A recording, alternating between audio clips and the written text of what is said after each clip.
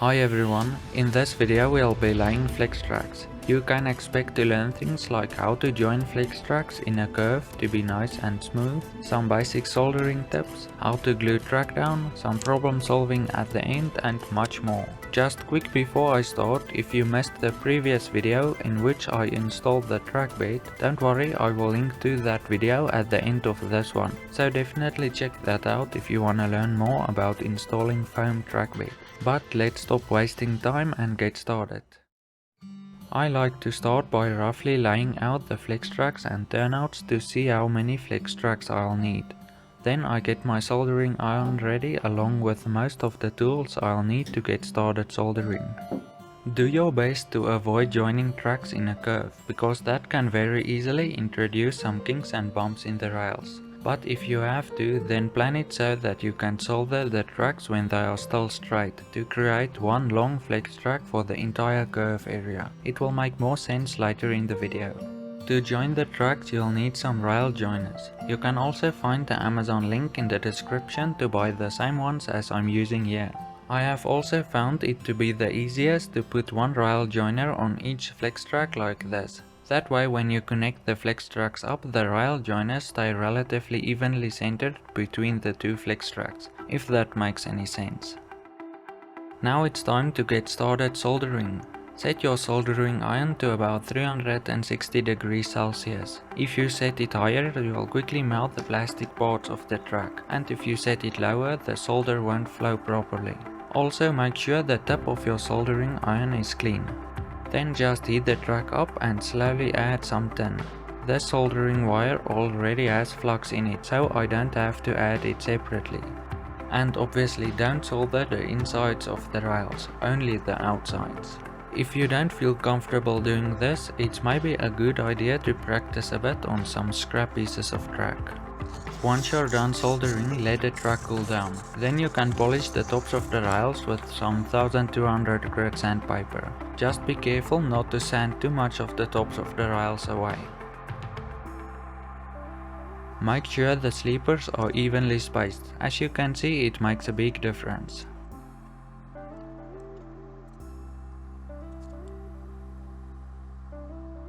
Then gently bend the flex tracks along the curve, and you can use some push pins or small track pins to temporarily hold it in place.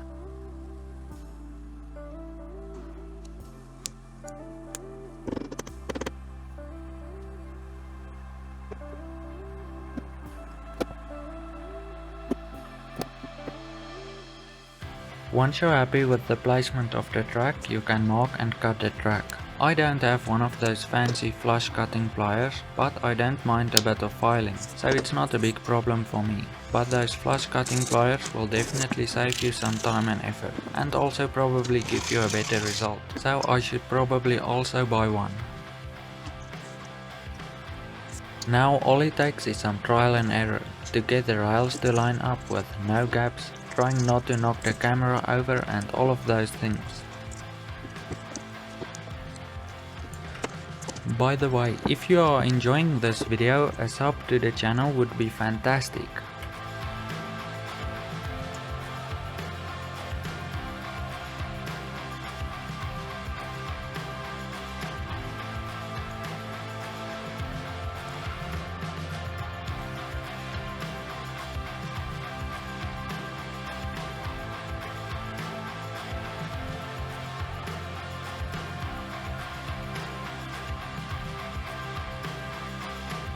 You see, instead of bending the flex tracks along the curve, then trying to join them in the curve, it's a lot easier to solder them while they are still straight, to create one long flex track, and then bending it along the curve like this, and again use the pins to hold the track in place.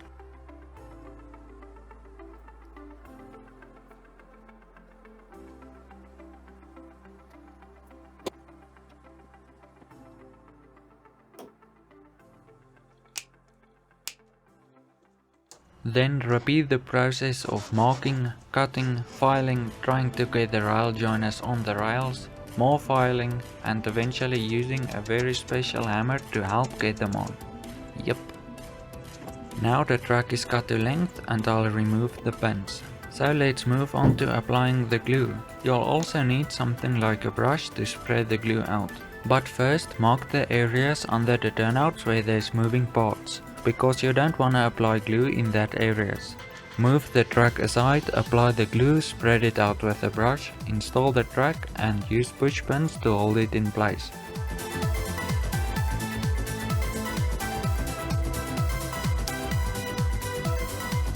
I use a ruler to get the track perfectly straight like this.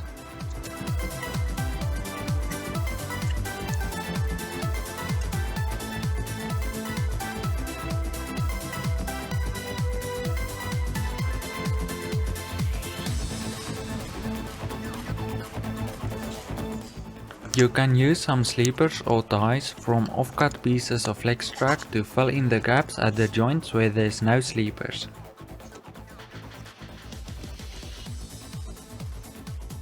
Then just do some minor tweaking to the sleepers to get them just right. Just be sure to do this before the glue starts to set. Just like the track bed, I also weighed the track down and let it dry overnight.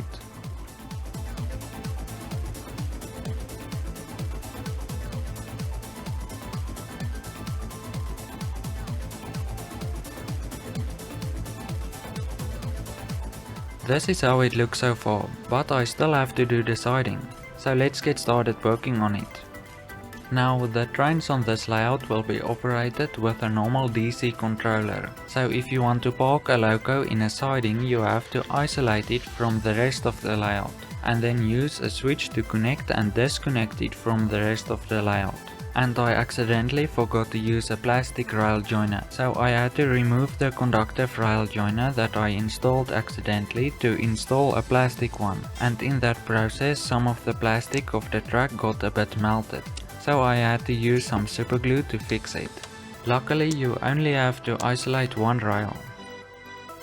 Then once the rail joiner have been swapped, I just followed the same process as I did with the other tracks.